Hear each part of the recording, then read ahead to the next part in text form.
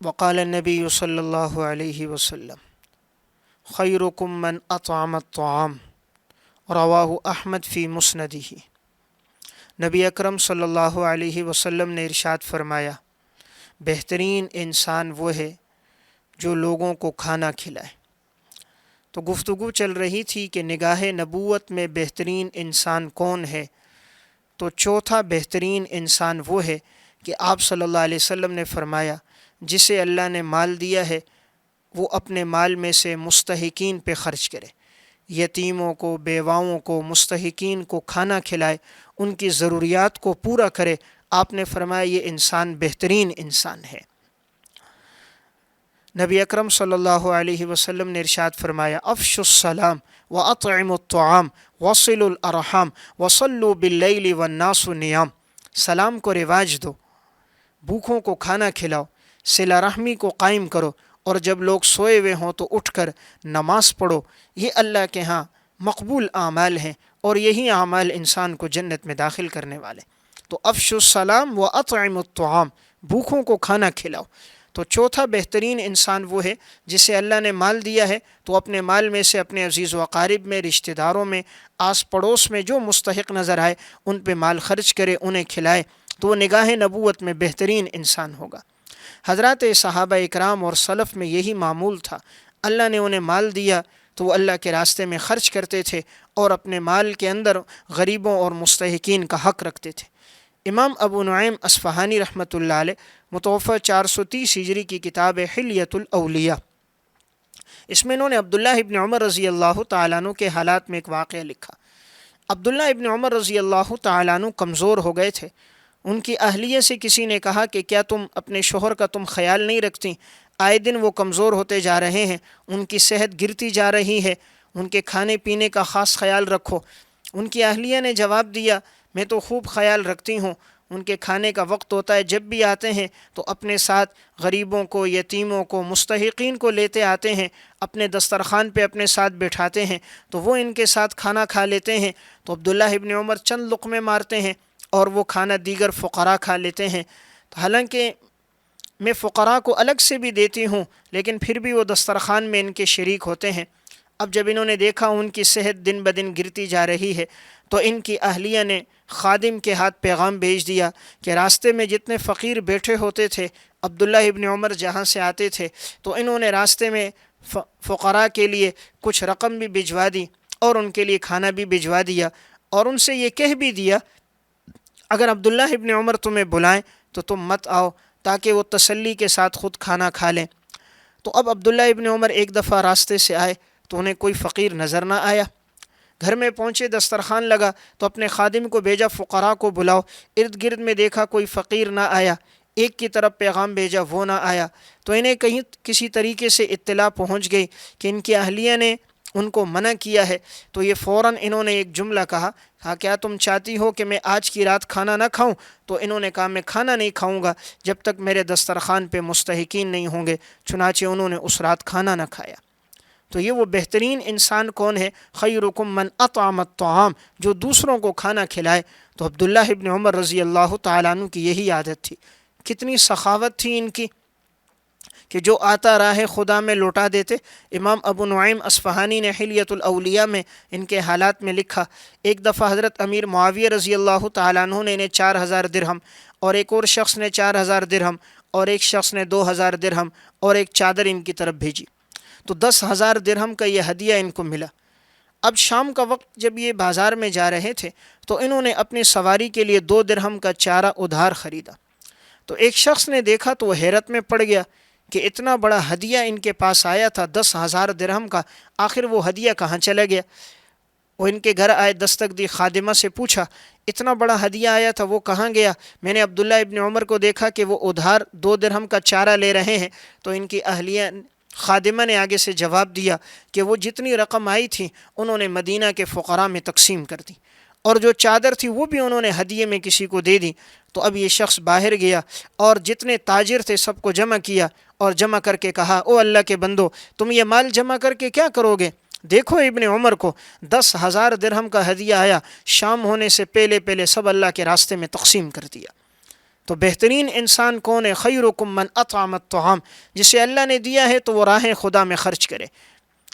امام ذہبی رحمۃ اللہ علیہ متوفی 748 ہجری کی کتاب تذکرۃ الحفاظ ام المومنین حضرت عائشہ رضی اللہ تعالیٰ عنہ کا واقعہ لکھا۔ فرماتے ہیں رمضان المبارک کا مہینہ تھا تو 1,80,000 درہم کا ہدیہ حضرت امیر معاویہ رضی اللہ تعالیٰ عنہ نے ان کی طرف بھیجا، بوریوں میں بند کر کے دراہم ان کی طرف بھیجے گئے۔ حضرت عائشہ رضی اللہ تعالیٰ عنہ نے خادم سے کہا مدینہ میں اعلان کر دو جسے مال کی ضرورت ہے سب جمع ہو جاؤ۔ تمام لوگ مدینہ کے فقراء، مساکین، یتیم سب جمع ہو گئے تو افطاری سے پہلے 1,80,000 دراہم مدینہ کے فقراء میں تقسیم کر دیے۔ جب افطاری کا وقت ہوا ان کے سامنے دسترخوان لگا، ایک پلیٹ میں چند دانے کھجور کے تھے اور ایک گلاس میں سادہ پانی تھا۔ انہوں نے اپنی خادمہ سے کہا کچھ اور نہیں ہے؟ انہوں نے کہا کہ اگر آپ 2 درہم چھوڑ دیتی تو افطاری کا سامان خرید لیتے۔ ام المومنین کی آنکھوں میں آنسو آ گئے۔ فرمایا اللہ کی قسم مجھے تو اپنے بارے میں یاد ہی نہ رہا۔ تو کیا سخاوت تھی، ایک دن میں 1,80,000 دراہم خرچ کر دیے، لیکن اپنے بارے میں پتہ ہی کوئی نہیں کہ گھر میں افطاری کا سامان موجود ہے۔ تو خیرکم من اطعم الطعام، جسے اللہ نے دیا اس نے راہ خدا میں لٹایا۔ ام المومنین حضرت عائشہ رضی اللہ تعالیٰ عنہ کا واقعہ امام مالک رحمۃ اللہ علیہ متوفی 179 ہجری، انہوں نے اپنی کتاب موطا مالک میں نقل کیا۔ واقعہ یہ نقل فرمایا کہ ام المومنین ایک موقع پر گھر میں موجود تھیں، دروازے پر دستک ہوئی، ایک فقیر نے اللہ کے نام پر مانگا۔ انہوں نے فرمایا فقیر کو دے دو۔ خادمہ نے کہا یہی روٹی ہے، اگر دے دی تو شام ہم کھانا کیا کھائیں گے؟ فرمایا نہیں، دے دو انہیں۔ فقیر کو وہ روٹی دے دی۔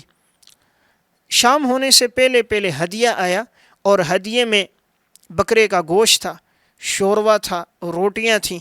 جب یہ ہدیہ پہنچ گیا ام المومنین حضرت عائشہ کے سامنے آیا۔ فرمایا بھئی کہاں سے آیا؟ کہا جی کسی نے ہدیہ دیا ہے۔ تو حضرت عائشہ نے خادمہ کو بلایا، کہا یہ تمہاری اس روٹی سے بہتر ہے، دیکھو وہ اللہ کے راستے میں خرچ کیا تو اللہ نے کتنا بہتر اس کے بدلے میں عطا فرما دیا۔ تو جو انسان اللہ کی راہ میں دیتا ہے اللہ اس سے بہتر اس کو لوٹا دیتا ہے، کبھی 10 گنا، جتنا اخلاص ہو 700 گنا، 7,000 گنا یہ مال واپس پلٹ کر انسان کے پاس آتا ہے۔ جتنے اخلاص کے ساتھ انسان خرچ کرتا ہے اللہ اس سے دگنا انسان کو واپس لوٹا دیتا ہے۔ تو چوتھا بہترین انسان وہ ہوگا جسے اللہ نے مال دیا اور وہ اللہ کی راہ میں خرچ کرے۔ امام منذری رحمۃ اللہ علیہ متوفی 656 ہجری کی کتاب الترغیب والترہیب، اس میں انہوں نے واقعہ نقل فرمایا۔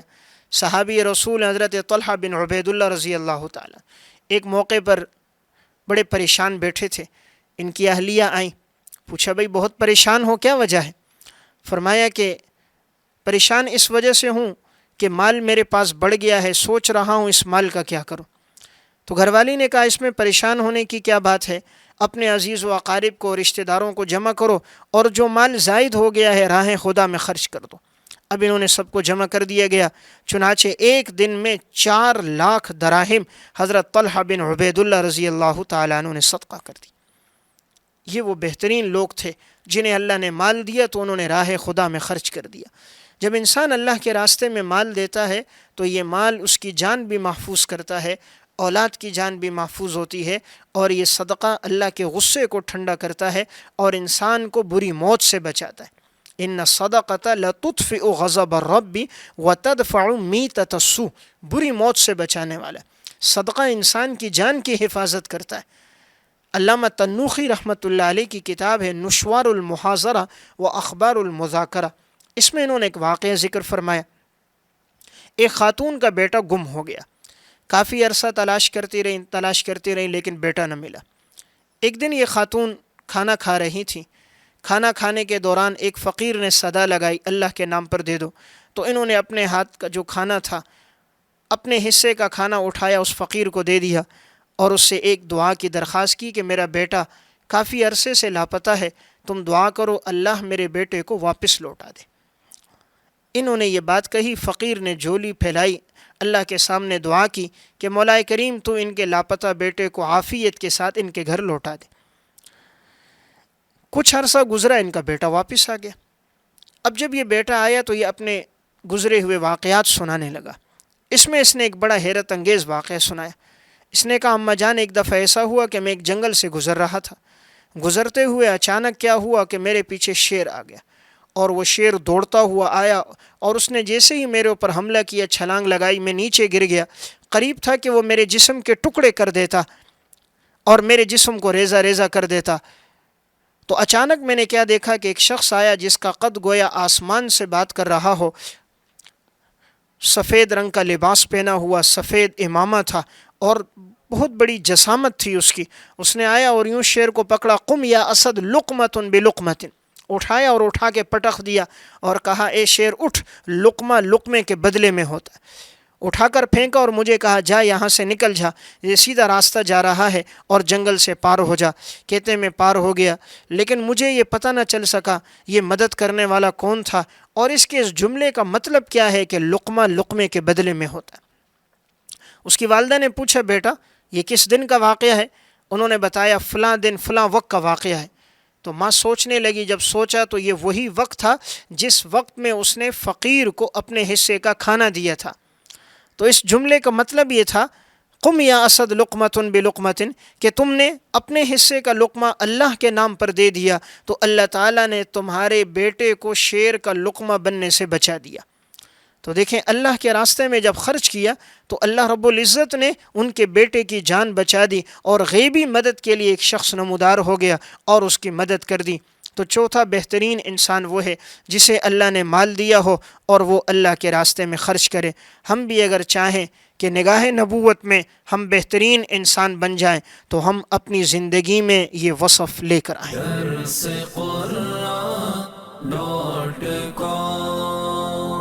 www.darsequran.com